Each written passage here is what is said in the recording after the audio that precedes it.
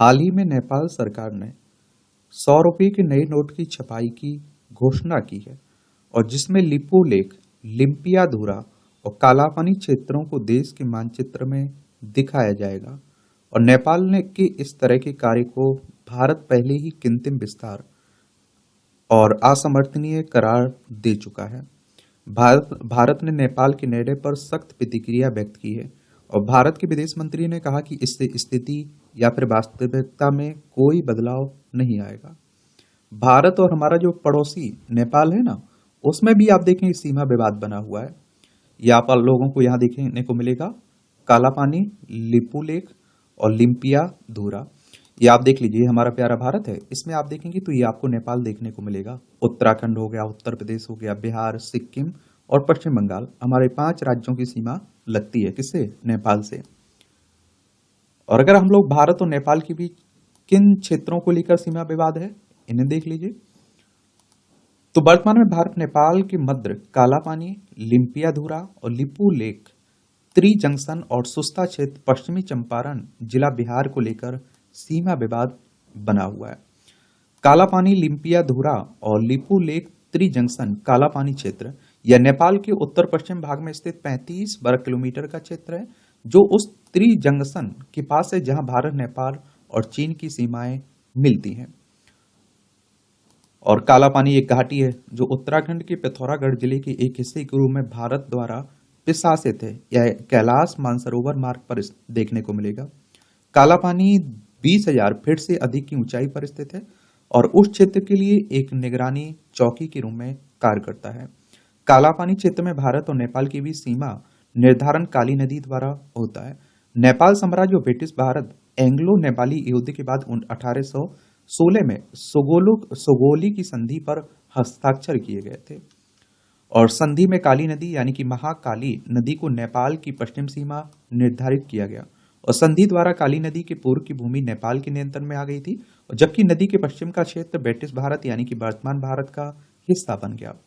काली नदी के उद्गम स्थल के निर्धारण में विसंगति के कारण भारत और नेपाल के बीच सीमा विवाद उत्पन्न हो गया था तथा दोनों देश अपने अपने दावों के समर्थन में विभिन्न मानचित्र प्रस्तुत करते रहते हैं, भारत भी और नेपाल भी।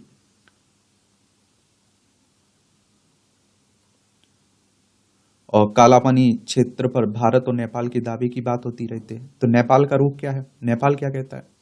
नेपाल के दावों के अनुसार काली नदी का उद्गम लिपू लेक दर्रे के उत्तर पश्चिम में लिम्पियाधुरा की एक धारा से होता है। इस प्रकार कालापानी, लिम्पियाधुरा और लिपू लेक नदी के पूर्व में स्थित है और नेपाल के धारचूला जिले का हिस्सा है।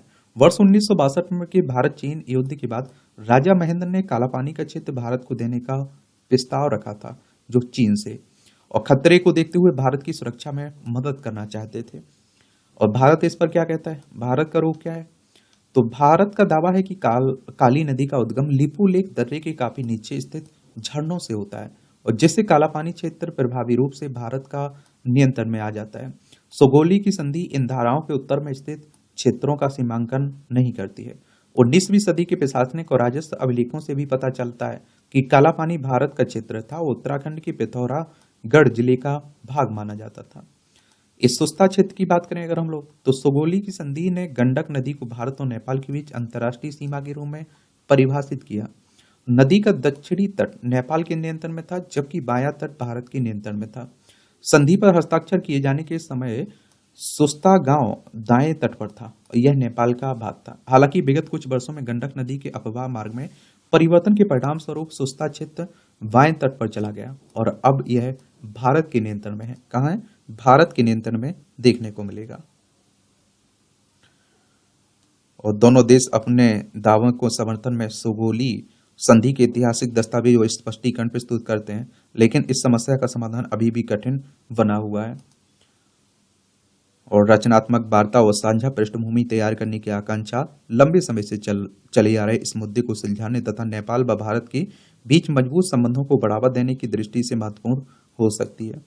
और इस पर समझौता भी हो जाना चाहिए क्योंकि हमारा पड़ोसी है, पड़ोसी भी जरूरी है। इस तरह के टॉपिक के बारे में एक सामान्य जानकारी जरूर रखा करिएगा, इनसे क्वेश्चंस भी पूछ लेता है कई बार। और इसीलिए मैं कहता हूँ कि आप लोग जिस एग्ज़ाम की तैयारी कर रहे हैं, उसके पुराने क्वेश्चंस पेपर उठा के ज़रूर देख लिया करिएगा, ठीक है?